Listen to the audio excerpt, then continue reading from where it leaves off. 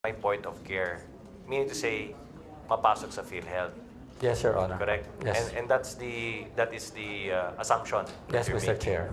Ang problema, tinanong ko si Girlie kung that happened to her two children. At sinabi ni Girlie, hindi naman daw siya napasok sa POC, sa point of care ng PhilHealth. Girlie, baka gusto mong paliwanag. Opo, wala naman po kasing advice yung ospital kung ano po yung mga dapat namin gawin o kunin. In-assure lang nila sa amin na gagawin po nila lahat, pero hindi po nila sinabi na papasok po kami sa PhilHealth kasi wala po akong PhilHealth, wala po akong pinirmahan na PhilHealth, wala po akong mga requirements na ginawa para sa PhilHealth, wala po. We will check na lang po kung in-enroll sila ng Hospital ng Maynila at that time. Kung hindi naman po sa next admission niya sa PGH, doon namin siya ipapasok sa point of care. Yun na nga. Tapos, ang problema ko rin dyan sa PhilHealth, di ba? I mean, obviously, kailangan yan na ipasok mo sa PhilHealth, point of care, may libreng PhilHealth na dapat covered sila. Pero yung PhilHealth, di ba may mga limitations on how many times ang admission?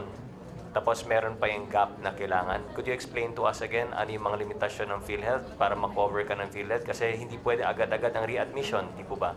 Yes, Your Honor. Meron po kasi talagang limit no, kung ilang days sa isang pamilya pwedeng ma-confine. Kaya po yung tayo nag-set ng funds ng 16,000 per patient para in case exhausted na po yung PhilHealth nila, kung may top-up, yun ang idadagdag natin. Kung talaga naman pong naubos na yung kanilang confinement days, babayaran po ng medical assistance program natin lahat yung kanilang added cost. Kung naman pong nagamit din nila yung kanilang yung kanilang PhilHealth, tapos meron sila halimbawa ibang anak na magkasakit, mailalapit din po natin yung anak nila na yon sa atin para kahit walang PhilHealth, matulungan po ng medical assistance program natin. So, i-maximize lang po muna natin yung utilization ng PhilHealth to make sure that all the allowable days are used for the year. Pero anything in excess of that, during that confinement and future confinements, will be covered po by the Dingvaxia Assistance Program. For the whole Basta family. klaro yan. For the family po. Basta klaro yan. That's on the record. Ha? Yung isang parent na who's representing, yung officer ng mga parents, no, yung presidente, gusto magsalita. Yes, ma'am. Paki-state ulit po yung pangalan for the record. Sumatyan Dominguez po, from Samahan ng mga Magulang Anak ay biktima ng Dingvaxia. Gusto ko po lang ipaalam sa inyo na mayroon po kaming grupo na binuo na ngayon ay nasa 41,000 na po. Itong grupo na po ay napakalaking tulong sa mga parents. Kami po ang nakikipag-ugnayan mismo sa mga DOH. Kami po ay nagre-request na i-release yung Dingvaxia card dahil marami na pong nagkakasakit. Kami rin po ang humingi ng mga numbers para i-post doon sa page namin para maging aware po yung mga parents at alam po nila kung saan sila lalapit. Nag-create po ako ng kanya-kanyang group chat, bawat lugar, Paranaque, Cavite, lahat po ng region. Nag-create po kami kanya-kanyang ipinasok ko po doon ang mga region director, mga staff nila para po may sasagot kasi nung mga naunang hirap na hirap po kasi ako dahil ang daming concern. Hindi namin mailapit kung saan. Ang contact lang po namin noon is si Dr. Melissa Guerrero na hindi naman po agad na siguro sa dami rin ng So nagsuggest po ako na magbigay sila ng number na pwedeng tawagan kasi yung 711 na sinasabi po nila is ang hirap po makontak. Ang dami pong complain na wala daw pong sumasagot. So kami na po ang nagpursige na lumapit sa kanila na i-reach out kaming lahat, nagmamakaawa kami. Sabi ko, kung itong 41,000 na to, ay ang daming reklamo, hindi naaabot. How much more kung nakuha ko lahat yung 800,000 na yon, siguro napakaraming problema. So sa akin, binabato kung may mga namatay. Binibigay ko po yung information kay Atty. Acosta. Pag may mga mabibigat na kailangan nila ng mga hospital na hindi natutugunan ng DOH, nire-refer ko kay Atty. Acosta through Ani Gabito ng BACC. Tapos, yung mga iba po, nakikipag-ugnayan po ako sa regional director. So ngayon, nagkaroon po ng kaayusan ngayon dahil pero naman po si Dr. Henayra at saka sa at naipo-forward ko na po yung ibang concern. Pero nung mga nauna, dito ko po pino-forward kay Atty. Acosta at nagpapasalamat po ako sa kanila dahil tumutugon po sila ng mabilis. Kaya kahit papaano, naiibsan yung paghihirap ng mga magulang dahil may tumutulong. tumutulong po sa kanila. Tapos yung mga bagong dumarating na mga parents na nagpapaan, ang dami po talaga nilang problema na hindi nila alam. Nagpapasalamat sila at naging aware na sila ngayon. So sabi ko, bakit hindi sila mag-announce, magpaskil sa mga church, sa mga palengke, na sabihin nila kung saan pupunta yung mga vaccine, kung saan lalapit. Kasi dyan po yung madalas puntahan ng tao para aware po ang lahat, madali silang maabot. Yun po talaga ang sinasuggest ko na hanggang ngayon, wala pa pong gumagawa. Okay. So, Yusek Domingo, sa budget presentation ninyo, at sana nakikinig yung mga parents ng mga nabiktima sa Baksha. So, base sa budget presentation ninyo, magde-deploy kayo ng 1,250 nurses. Sir, Yung 1,250 nurses na yan, bawat araw, labing-dalawa po. makaka-profile ng 12. Apo. So, that's all over Region 3, Region 4A, NCR and NCR, 7 and po. Cebu Province, Cebu Island.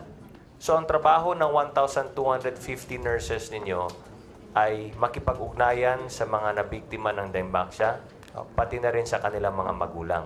And get the clinical profile po and do an initial assessment of the Okay. child. In a span of 3 months, dapat na kumpleto niya na yan. Opo. Correct. Yan ang time and motion analysis ninyo. Yes, sir.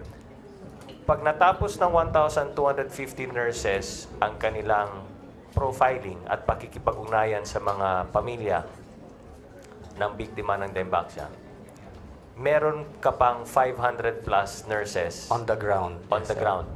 Yung 500 nurses mo, that's 380 plus nurses Plus plus 175 yung 175 na existing. Sila yung mananatili on the ground. po. Yes, sir. In Sa all of hospitals those po regions. and RHUs. In all of the regions po. And each nurse, may hawak silang ilang pamilya. Mga 18 to 20,000 children po. Okay. So meaning to say, yung 18 to 20,000 children, ang point person nila will be that nurse. Yes, sir. Ganon ang Yes, sistema. Mr. Chair. So kung meron silang mga pangangailangan, medical, pang-hospital, nagkasakit, meron silang matatakbuhan. May magna-navigate po sa kanila kung saan sila papasok doon sa ating clinics at saka hospitals. Yes, sir. Okay. So ganon yung proposed sistema And yung ninyo. 500 po, ifa-fund na every year yon ng Department of Health with our budget. Plus, meron po tayong annual monitoring din na lang lahat uli na ipa-fund na rin po annually ng ating budget. So hindi necessarily na doon na sila aasa sa hotline, kumbaga doon na sila sa mga nurses. Madi-decentralize na po natin. Meron na silang point person na hindi makikipag-agawan po ng silang lahat sa isa pong numero. Okay. Pakinggan naman natin ito muna, si LV Ligeralde ng National Federation of Baksha. Gusto rin magsalita. Thank you, Your Honor. Good morning po. My name is LB Ligeralde, Chairwoman of UPAD and Convener of National Federation of Baksha Vaccine Organization. Your Honor, i-clarify ko lang po kanina yung tungkol sa hotline. April 24 po, may 4 po na tawang federation na sumasagot po sa 711-1001 at 1002 po. Araw-araw po sila pumapasok, 9 to 5. And may letter po kami dito, Your Honor, from the Federation. Please allow me to read this, Your Honor. Our letter is addressed to Honorable Pantaleon Alvarez. And to you, Your Honor, Carlo Alexi Bino Morales, Chair House Committee on Appropriation. Demand for reparation, justice, and prosecution of people responsible. We write on behalf of our members whose children had been victims of Sanofi Pasteur manufactured Baksha vaccine. We gather the sum of pesos, 1 billion plus, has been remitted by Sanofi Pasteur to the Philippine government. We hope that these funds be used to redress the massive damage that was inflicted on our children. We demand the adoption of a system of reparation, justice, and prosecution of those responsible administratively, civilly, and criminally where appropriate. Our federation has 5 member organizations, namely United Parents Against Ding Baksha, UPAD, Coalition of Parents, Ding Baksha, Parents Alliance, Anak Ding Baksha, and Aurora Ding Baksha Parents Association. On our part, we have organized the parents in the National Capital Region, Region 3, and Region 4A. We join our voices with those of the other groups who espouse the same causes, such as the Public Attorney's Office, PAO. We have established a working relationship with the Department of Health. The Department of Health has identified medical facilities for the victims, the distribution of vitamins and other things. The victims need more tools such as thermometer, other medicines for fever and pain relievers, and more especially the health assistance program, Ding Baksha Vaccine Card, for easy access to hospital and other remedies. 4 of our members have volunteered to man the DOS hotline to assist the Ding Baksha victims. More need to be done, such as funds to cover the cost of burial of victims, assistance of legal services for the prosecution of people responsible administratively, civilly, and criminally. We look forward to our participation in legislative inquiries and hearings that may be called by your office, as we pray that the Ding Baksha disaster not be repeated. We are available to extend assistance po for the victims. Thank you. Thank you. Yusek Domingo, sa budget na pinapresent ninyo, saan natin makikita dito yung sinasabi niya sa mga medicines, yung thermometer, kung kinakailangan? I understand nandiyan yan sa Yes, supplies Mr. and Chair. medicine.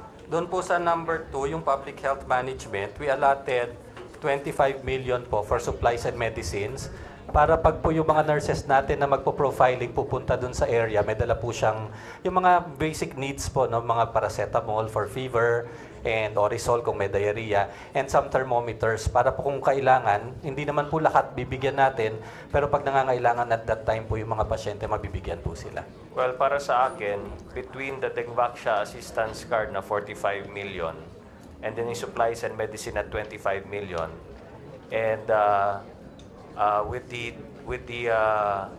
yung sinasabi ni Kong El Rey kanina, Kong El Rey, yung sa assistance, yung ID card, pwede naman bilhin niya ng magkano?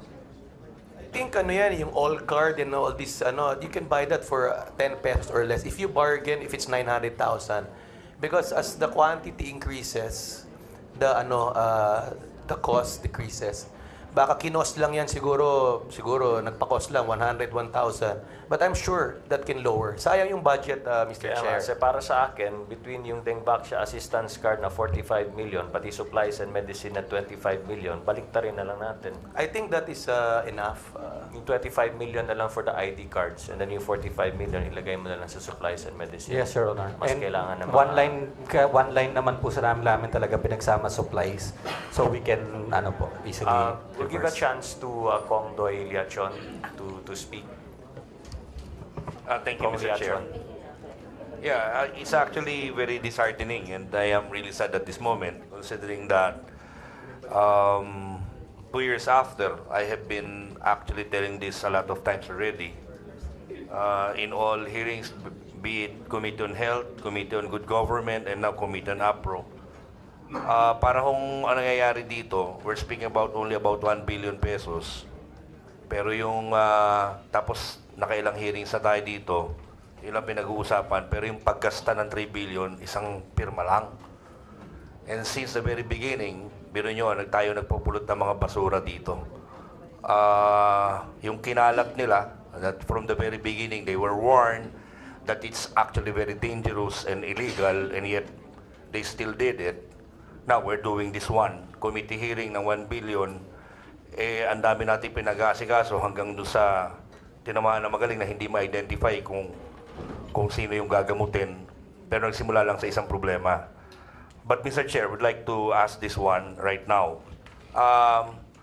Who was the, DOH. Ang DOH ba, meron kayong master list about this? Lahat ng nabakunahan? Meron kayo? At this time po, we have a master list that's 98% validated. It contains the names of 891,000 children. Meron kayo sa kamay ninyo?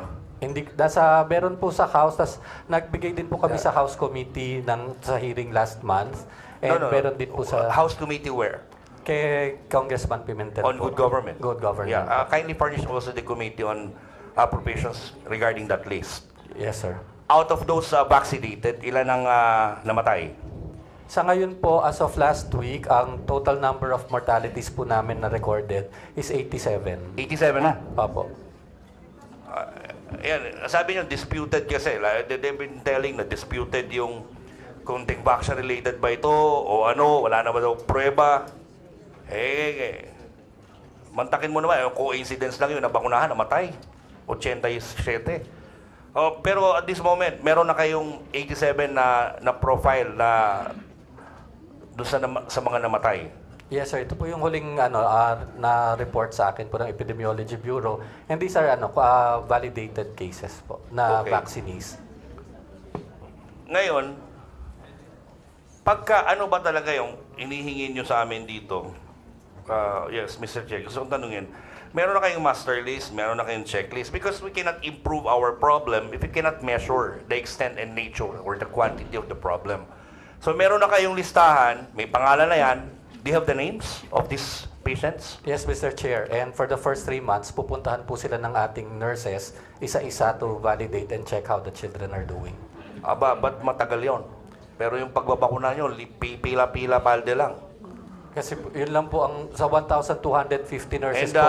and at many 12. are definitely coming out, definitely magkakaroon ng problema.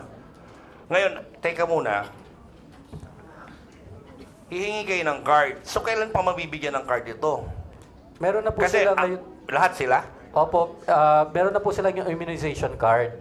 Lahat po ng nabakunahan. Yung po, may mga iba po talagang hindi pa nadidistribute No. sa NCR. We're speaking about not the immunization card, the Dengbaksha cards that you're telling The this assistance committee. card po will be something new and will be distributed. Yeah, that's what Opo. I'm telling and referring to.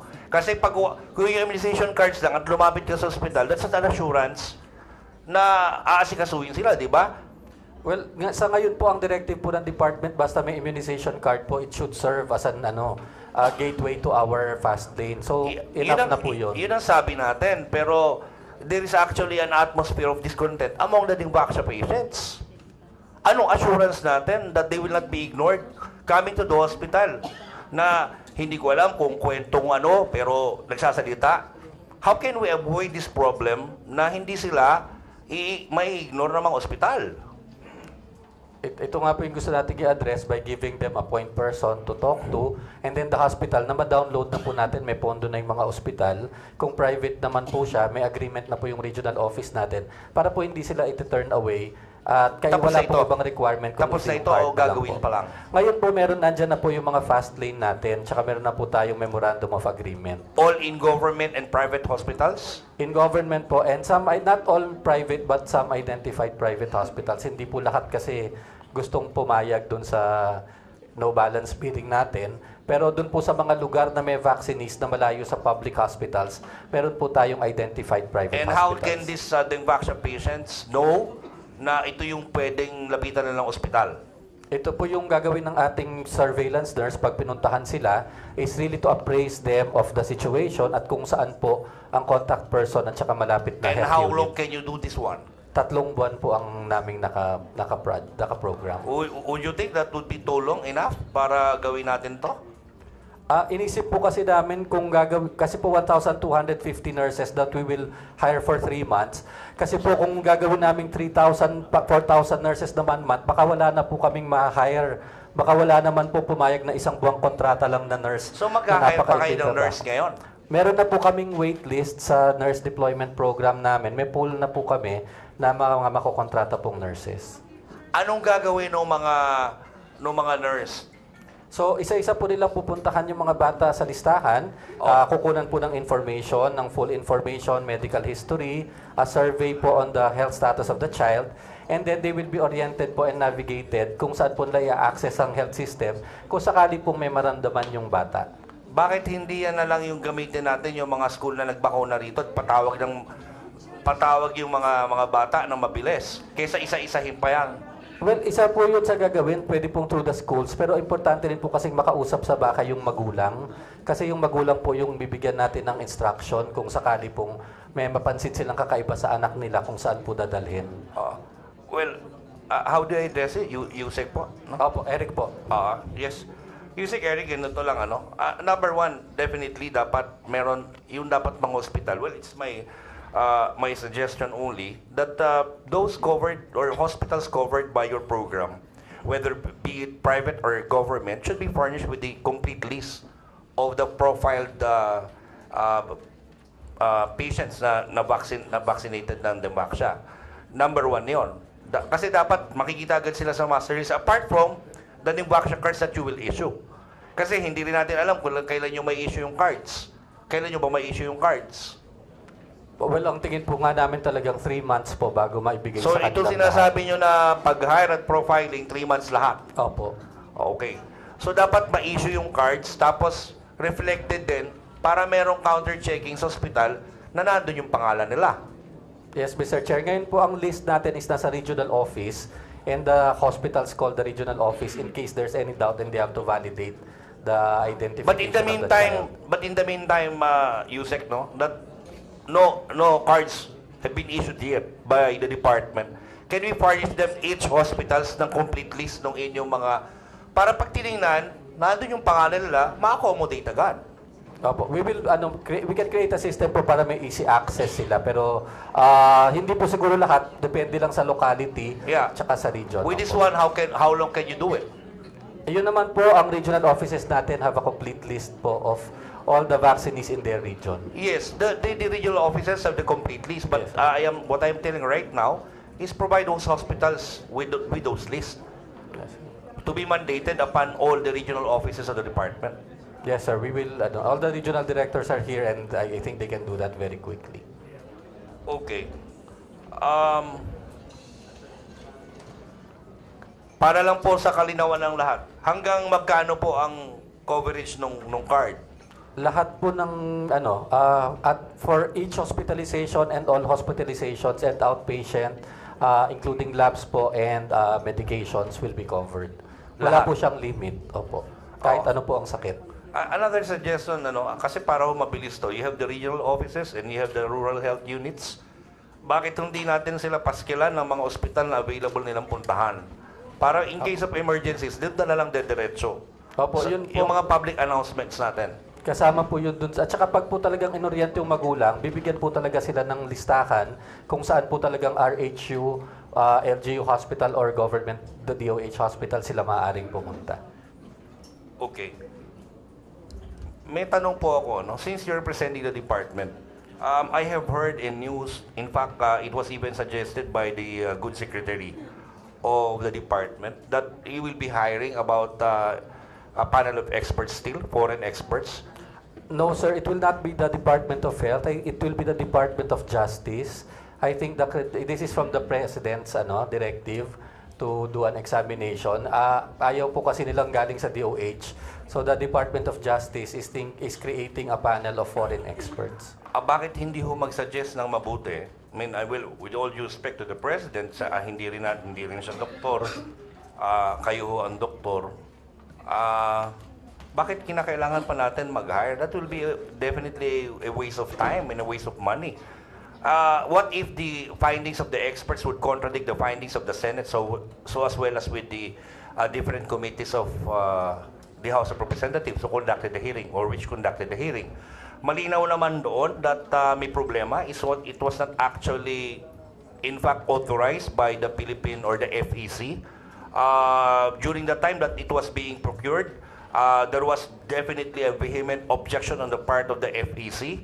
Tapos nangyari na nga itong problemang ito. Ano pa yung kailangan? Kasi if that would happen, definitely I'm asking the department if you could give the advice sa Office of the President that in fact there would be no reason enough for that one. Because definitely kung mag-iba yung rekomendasyon nila doon sa Senado tsaka dito sa Kongreso, ay ibig sabihin lahat ng dito kasi kami sa Kongreso, siguro hindi lang 15 meeting tungkol sa Demaxia at isa lang naman ng findings, may problema. Eh paano kung sabihin ng experts na hindi related? So we will be going to square one. back to zero, tapos nag-aayos tayo ng mga problema ng ginawa ng Dengbaksya. I think that would not be definitely an appropriate executive decision on the part of the government. What can you say, Yusek? Mr. Chair, it was a directive from the President to the Secretaries of Yeah, Health and that's Just- why I know. But, yes, sir, I know. will- That's why I'm telling the department, considering that you are in the field of that expertise, I think you're in the right position to give the best recommendation to the president. Yes, sir. I will relay it to the Secretary. Yes, sir. Oh, and finally po, that's why I am really speaking like this one, Mr. Chair. Ang hirap po, nung proseso, nagsimula kami sa Committee on Health, then sa Committee on Good Government, and then I was even invited at probably about 2 or 3 hearings at the Senate Blue Ribbon Committee chaired by Senator Gordon. Isa lang din yung akin simula pa. That I was in fact really convinced that there was problem not only with respect to procurement, there was really a grand design to maneuver the transfer of funds together with the barangay health station amounting to more or less about 8 billion. Tapos nagkaroon na ng problema dito. Ang nalulungkot lang ako minsan, gusto ko lang akong sabihin sa inyo na biro nyo hanggang ngayon yung mga patients, nagkakaroon tayo ng, ulitin ko yung sinabi ko kanina, 1 billion lang pinag-uusapan natin, nagpupulot pa tayo ng mga basurang ginawa ng basura ng nakaraan. Pero sana kung mas mabilis sana yung pag-akto natin, hindi na sana maiwasan natin at matigilan natin yung namatay na 87. I hope that would not increase. At yung mga naandito ho na mga an atmosphere of discontent among all parents, ay mabilisan na maayos. Kasi baka sa mangyari dito, napakasipag ho, lagi may naapura, mamaya baka ho, madala na sa plenaryo ito. Ang akin lang ho dito, baka dumaan lang na naman yung committee na ito, pero yung gagawin natin sa mga regional office, nakanganga pa rin yung mga pasyente natin.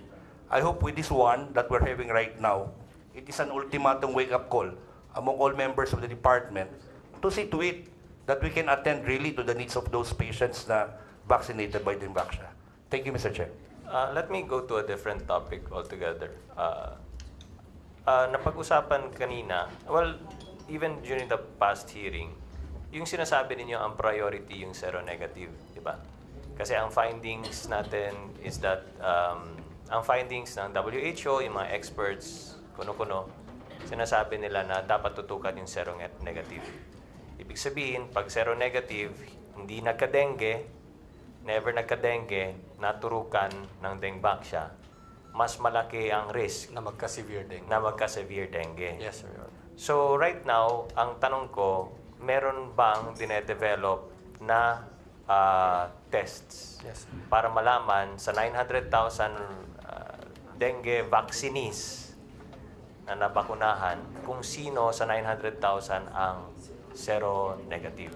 Yes. Mr. Chair, yung pong budget, the budget for research actually of the Department of Health and with the DOST has been channeled completely to researches on Dengbaksya. This include an epidemiologic study, an autopsy study, at saka po isang pag-aaral ng mga pakiramdam ng ating mga kababayan tungkol sa pagbabakuna kung paano natin may improve. Pero yung main bulk po really is dedicated to the development of the test para malaman po ang serostatus ng bata before the vaccination. Ang problema po kasi, walang commercially available na test na ito. Pero meron po 3 universidad na nagde-develop ng test na to. Sa University of Hawaii, yung pong sa Pittsburgh, yung ginamit mismo ng Sanofi, at saka meron po sa Taiwan. And nag-send out na po tayo ng call for proposals at meron na po tayong 3 grupo na gagawa ng 3 study. Sabay-sabay po nating i-develop at i-validate itong 3 test na to dito sa Pilipinas para pag nalaman po natin kung alin sa 3 ang pinakamaganda, yun ang gagamitin natin sa mga bata na nabakunahan. Ang timeline po natin, talaga pong it will take at least 1 year bago po natin ma-develop ito. Pero it's the number 1 top priority po na research natin na ginagawa with DOST right now. And maglapit na pong mag-umpisa. So 3 pong test ito. Sa invest na po isa lang ang i-develop. 3 pong grupo, 3 test sabay-sabay po natin i-develop at i-validate para pinakamabilis pong ma-develop sa kanila at yung pinakamaganda yun po ang gagamitin natin. And the budget for that, saan nyo kukunin? Sa budget po ng DOH sa research namin for this So year. that's the 2018 budget. May Opo. mapagkukunan na kayo. Meron na pong nakalaan. Hindi na po manggagaling dito sa supplemental. Now, meron tayong resource person, si Edsel Maurice Salvana. Could you state your name for the record and give your credentials? Dr. Edsel Maurice Salvania. I'm an infectious disease doctor, and I'm also the director of the Institute of Molecular Biology and Biotechnology at the National Institutes of Health at the UP Manila. Could you expound on what was stated by Yusek Domingo? Is UP, you're with UP, right? Yes, sir. Are you one of those who are developing this test? Are you part of the team that will be developing one of the tests for seronegative? Yes, Your Honor. Actually, we are the team that has the protocol from the University of Pittsburgh.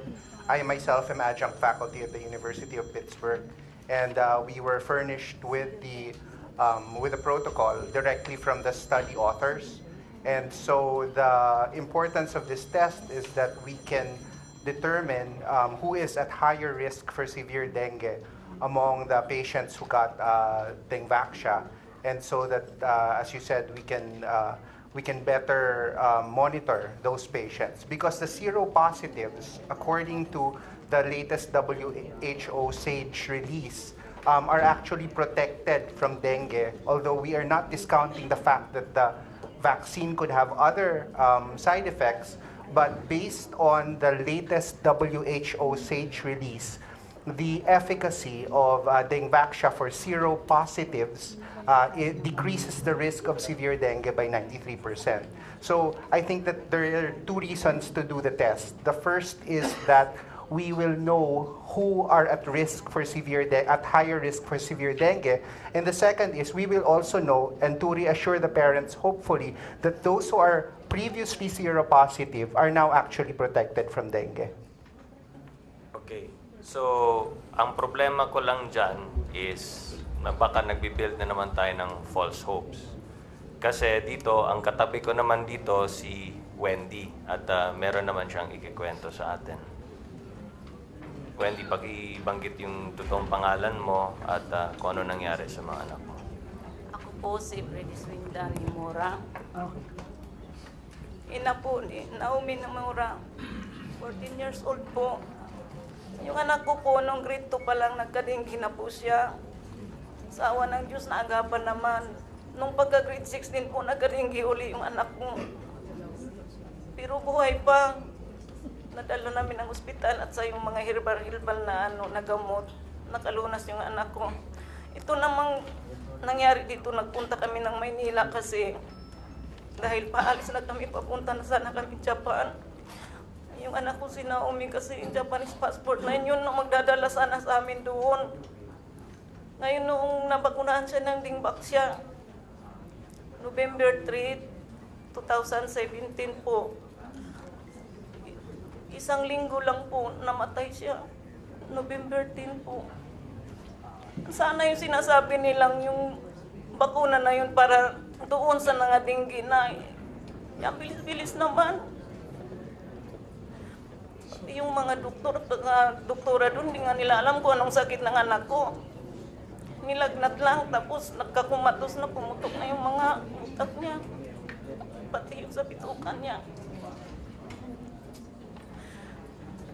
Hanggang ngayon po, hindi ko pa po matanggap-tanggap sa nangyari sa anak ko. Lagi po pong pagsisisi, bakit ko pa po siya pinabakunahan. Sana po, hindi na lang ako nagpapakuna. Magkadinggi na lang sana yung anak ko dahil maagapan pa ng gamot. Wala na po, namatay na po yung anak ko. So, again, yung pagbibigay natin ng false hopes. Sabihin mo, seropositive, ito twice nagka-dengue. Pinabakunan ng Dengvaxia dahil sinabi safe. Bakit namatay? So, ito yung, hindi ako doktor. Wala akong alam sa ganyan. Lalo na naman yung mga nanay, mga nabiktima. So, magte-test tayo sino seronegative. Kung malaman natin seronegative, pero yung seropositive, namamatay rin naman. I mean, it's causing so much confusion to the public. Ano ba talaga? So the vaccine is not 100% effective. Yun na nga. Yeah, that's Yeah, it's- so I think it's a- 93% effective, may 7%. So, Yes, ang of sinasabi mo, si Wendy is part of the 7%. Most likely, but the other thing is that I actually agree with the approach of the committee to extend assistance to everyone because we really do not have 100% effectiveness with this vaccine. And we need to study more about it. And I think DOH is the best in the best situation to monitor these patients. So if the problems that were not seen during the original studies come out, then we can make sure that those people are also tested. But at this point, I think there is still some value in going for in identifying the seronegative and seropositive. As I mentioned, it is not 100%. There will be breakthrough infections as well. But as WHO has mentioned, there is utility in the vaccine in terms of protection from dengue. Not 100%, but 93% is pretty good as well. Okay. Yung napag-uusapan rin naman natin yung dengue vaccine, much has been said about it containing the yellow fever. That's creating also a lot of confusion. Na ang laman daw ng dengue vaccine, ang backbone niya is yellow fever. Wala tayong yellow fever dito sa Pilipinas. And then nilagyan ng 4 strains of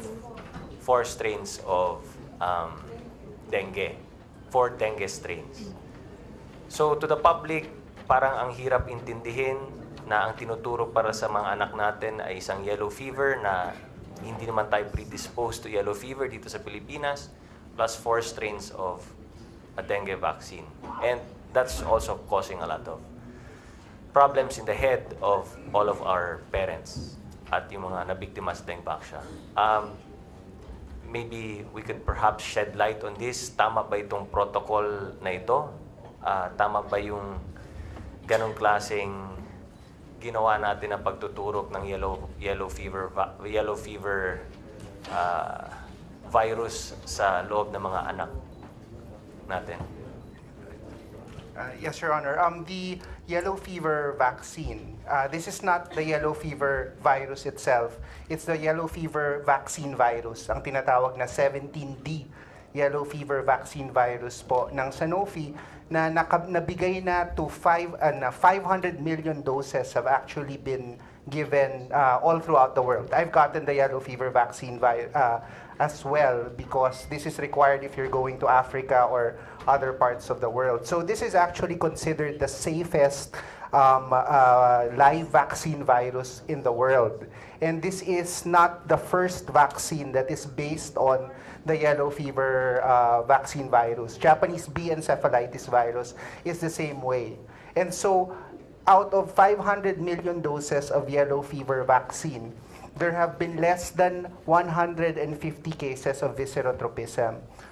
This is a known side effect of yellow fever vaccine, and it usually occurs within 2 to 7 days of the injection. Having said that, we cannot discount that there are other side effects. The CYD-TDV, which is the dengue vaccine, is actually a virus that is the yellow fever 17D vaccine virus. You remove the disease-causing part of the yellow fever vaccine, and you replace it with the disease-causing part of the dengue.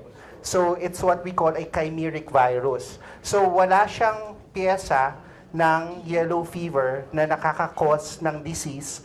Wala rin siyang other parts of dengue that can cause disease. In their own studies, when they gave this to people, the patients continued to excrete the vaccine for about 3 to 4 days but have not infected anybody else. So the risk of viscerotropism from CYD-TDV is a theoretical risk, especially in areas where there is circulating wild-type yellow fever kasi pwede siyang mag-recombine. but there is no circulating yellow fever in the Philippines.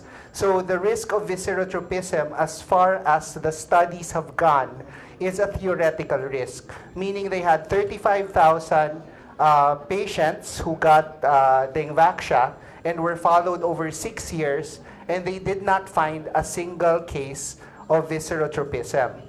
And so, in order to prove viscerotropism in someone who died, say from Dengvaxia, we would have to get tissue samples and blood samples within 48 hours and do nucleic acid testing or PCR to look for the actual virus. If we do not get those tissue samples within that time, unfortunately, if the virus was there, it will already be degraded. So I think that while I do not discount the risk or the possibility of viscerotropism, there is no way to prove it unless we can get those tissue samples within the first 48 hours. So that is why kailangan talaga yung profiling for all of the vaccinees. Yes, sir. Ang DOH. We need the baseline information. Also, para if something happens to them, then in 48 hours, We can do complete testing and do complete tests. Yes, sir.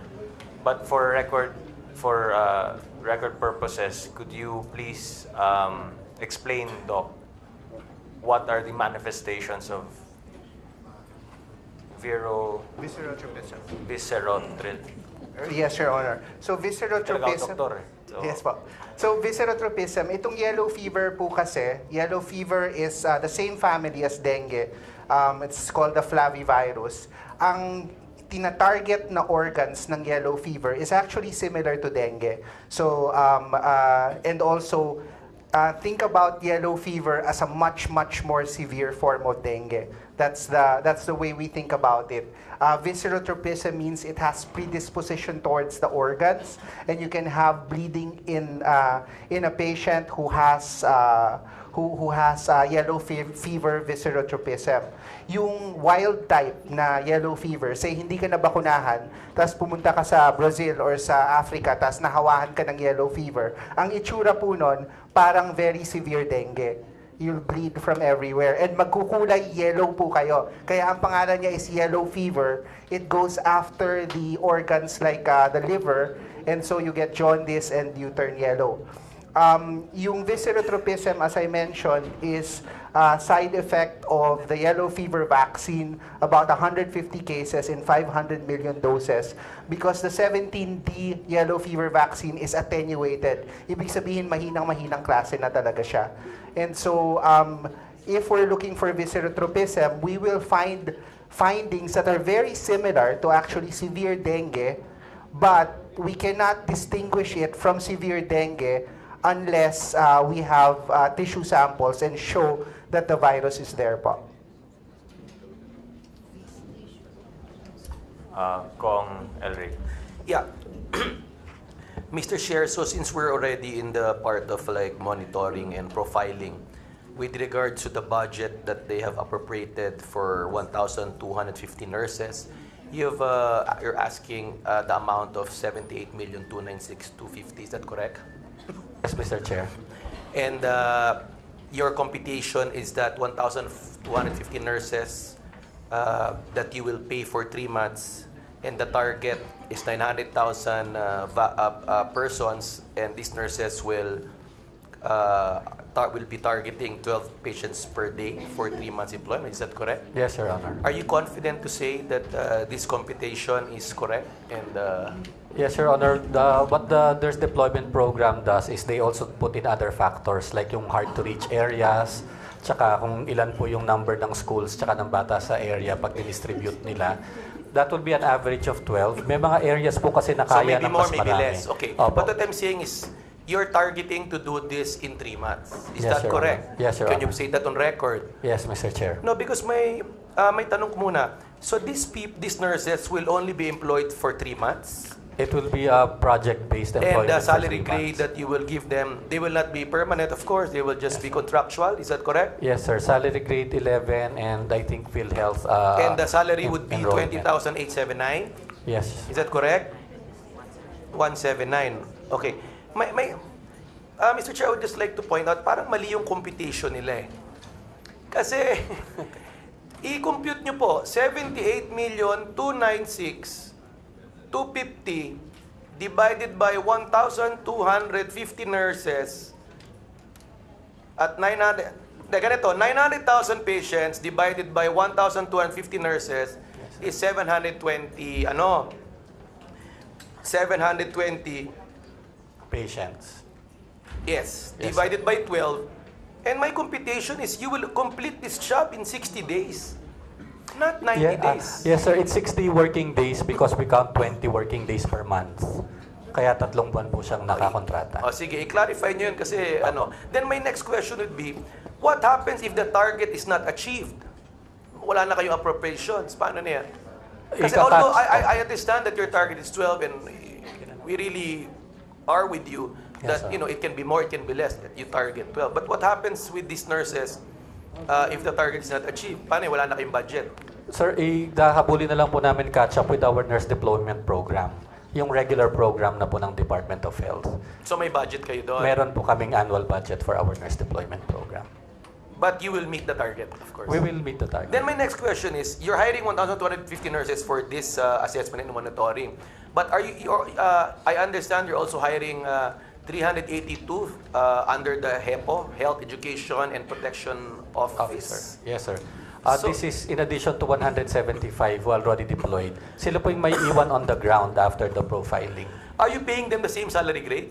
Medyo mas mataas po ito kasi mas specialized yung nila. So it's higher than a salary grade 11. Kasi hindi nyo ni-specify dito. Opo. I just noticed that SG15 po yan. lumalabas po over 30,000 ang bayad nyo, which Yes, is sir. 50% more than the nurses that you will be hiring. Opo. Yung job description nila is an SG15. It's a more specialized job, health education and then promotion and surveillance.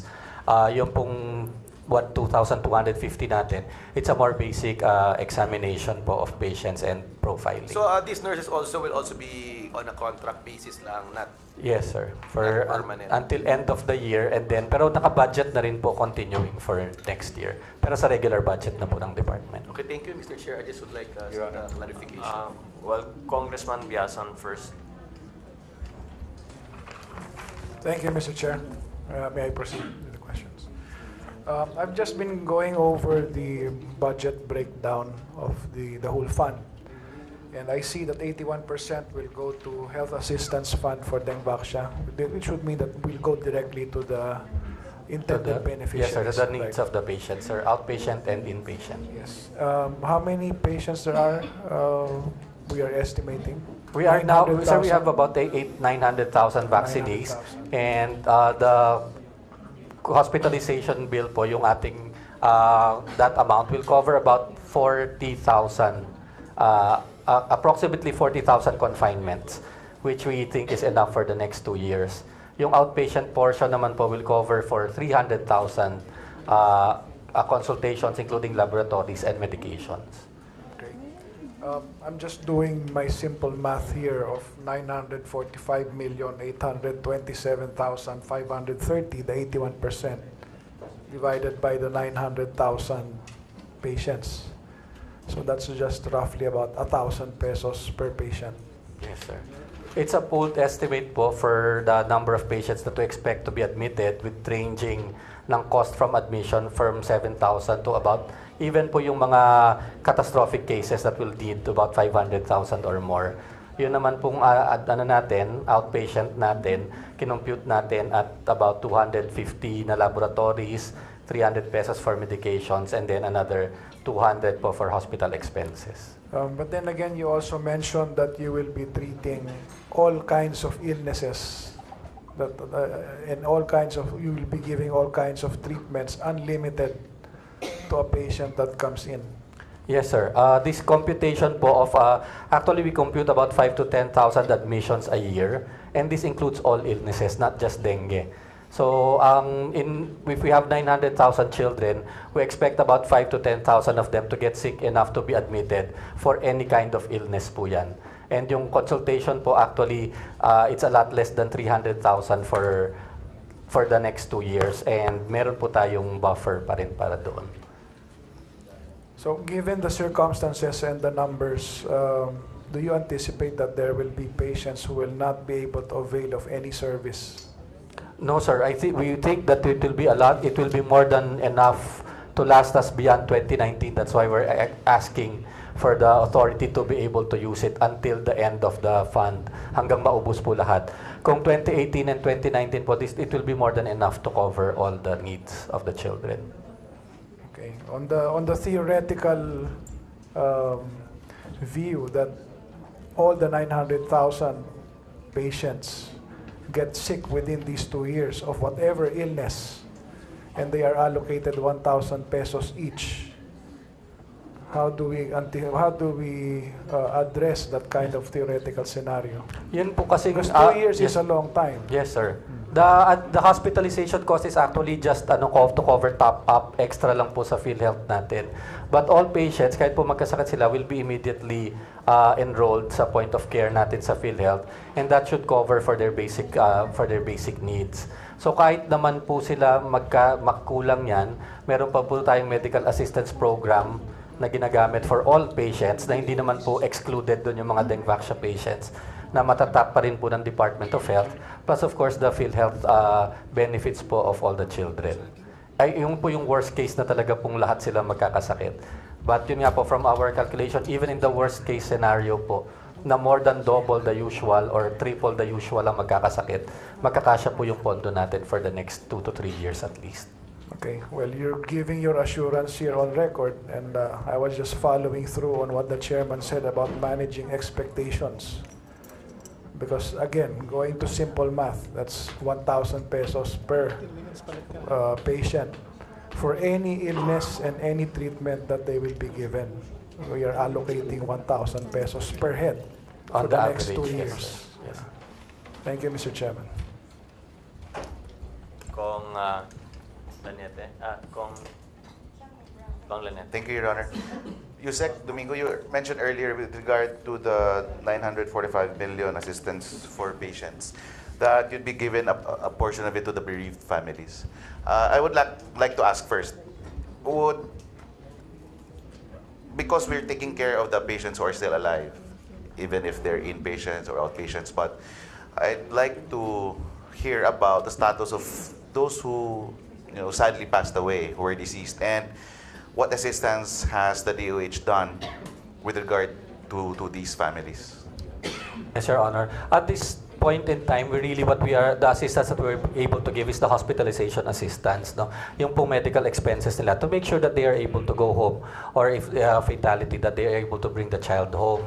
Wala pa po tayong nabibigay for the bereaved. Ang nagbibigay po talaga ngayon is the Office of the President. And as of now, out of the fatalities, we have only requests from 5 cases, no? Or asking for that 50,000 para pong pakikiramay na fund na binibigay ng ating Presidente.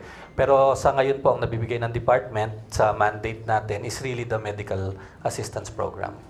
Yeah, while it's noble for the Office of the President to give assistance, of course not in, you cannot really pay for the life of that patient, but in more ways than one, it can alleviate some expenses. I would like to ask DBM, therefore, Your Honor, if they can allow this as a special case, with the 1.1 billion being, the fund being returned by Sanofi, can you allow that a portion of this, something like for all the bereaved families or bereaved patients, they can at least get medical or rather living assistance, family assistance for at least 50,000 for all of them, so that we can allocate a portion of this 945 million, Mr. Chairman, instead of all giving to the inpatients and outpatients, but we can also take care of the families who lost their dear ones. So can it be allowed for a special case like this? Or if not, can we ask then the SWD to be in partner with DOH with regard to the Dengvaxia case, Mr. Chair? DBM.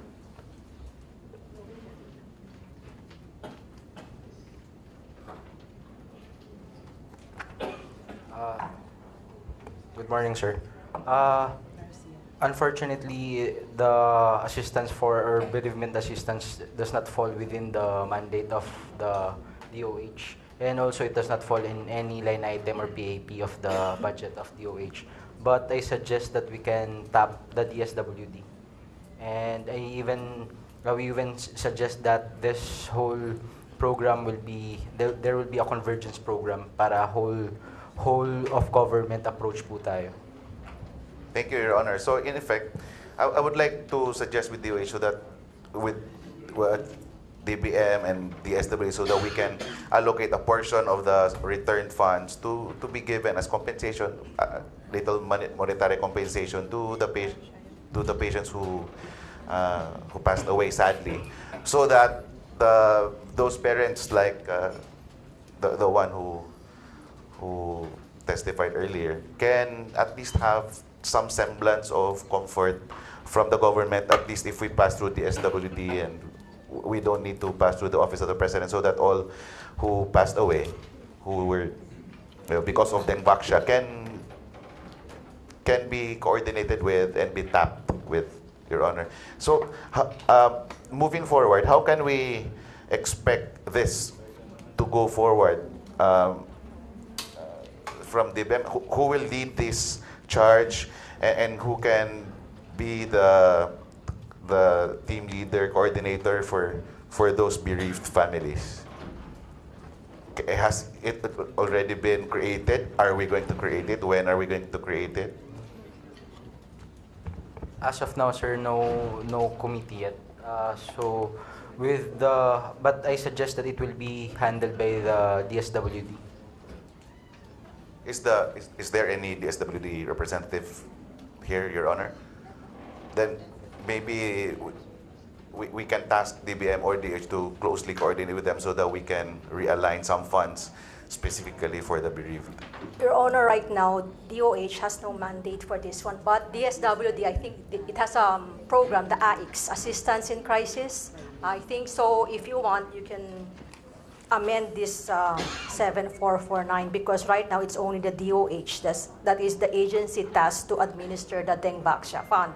And this is the one that the chair and the speaker and the majority leader filed. So we will just comply with what the policymakers have agreed.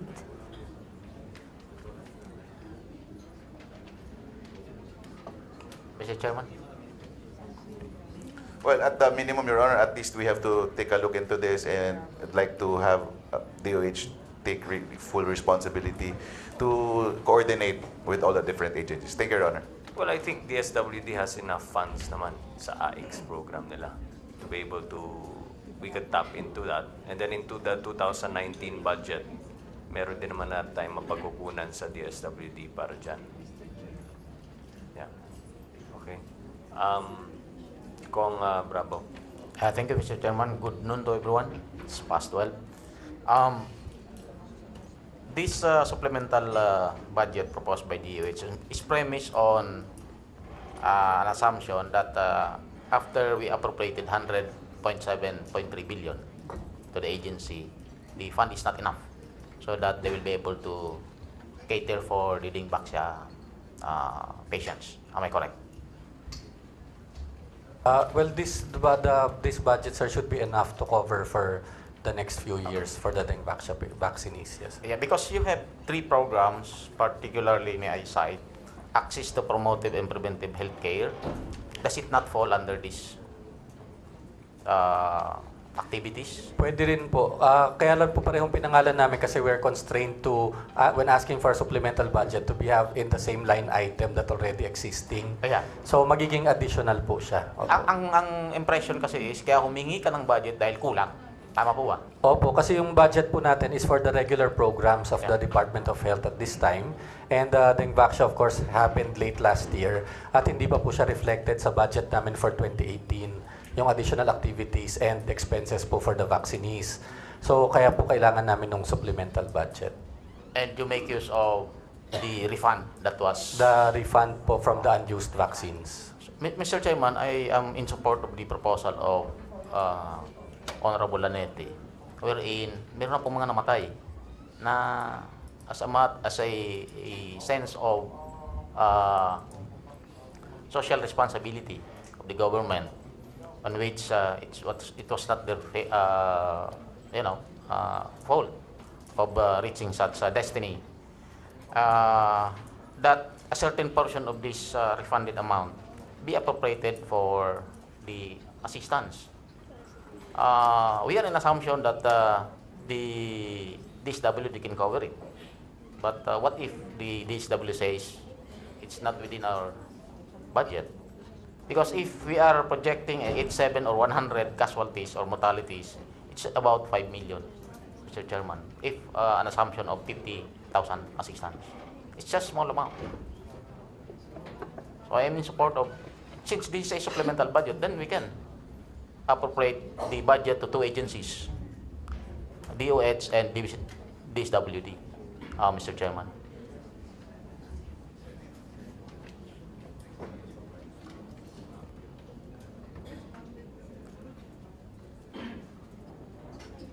Problem is wala tayong DSWD here, and then ang humingi kasi ng programming was DOH. So, mahirap mag-planning na wala yung lead agencies. So, is it possible, Mr. Chairman, since this will be approved by Congress, that there is a proviso in the supplemental budget allowing such transfer of fund? O, kasi ang dapat kasi dyan, yung Because DSWD, it's the Congress that will approve anyway. the DSWD already has their funds for AIX. I think, sir, the Department of Health can make representations naman with the DSWD to allot 5 or 10 million for our yung pong vaccines na fatalities. And remember, magkakaroon pa tayo ng budget hearing with DSWD pagdating ng August. So we can already instruct DSWD, even now until August, that you already immediately set aside a fund from your AIX para dun sa mga namatayan. Pati even sa transportation, they can also provide, kasi malaki rin yung funds nila sa AIX. Yeah. Ang ina-address kasi natin dito yung namatayan na ngayon eh. Understand? But we can address that, not in the supplemental budget. We can address that sa 2018, and then sa 2019, we'll make sure that the DSWD also has a fund for them. So, Mr. Chairman, in case na kinulang pa rin yung budget nyo, kasi sabi nyo kanya susobra. Halimbawa, it will be the other way around. So you can tap the regular budget that has been already appropriated by Congress to you. Senate. Yes, Your Honor. The medical assistance program can be used by all patients. Ito lang pong Dengvaxia fund ang for Dengvaxia patients only. So kung magkulang naman po, meron pa po tayong medical assistance program that the Congress gives every year to the department that can be tapped. Which medical assistance program are you speaking of? Is it access to social health protection? Yung pong medical access to indigent patients program. So it's only 4.8 billion. 4.8 billion po. Yeah. Opo. Marami po. Ang nabanggit ko kasi sa niya yung access to promotive and preventive healthcare, it's 61 billion. Which baka pumasok din sa item na to.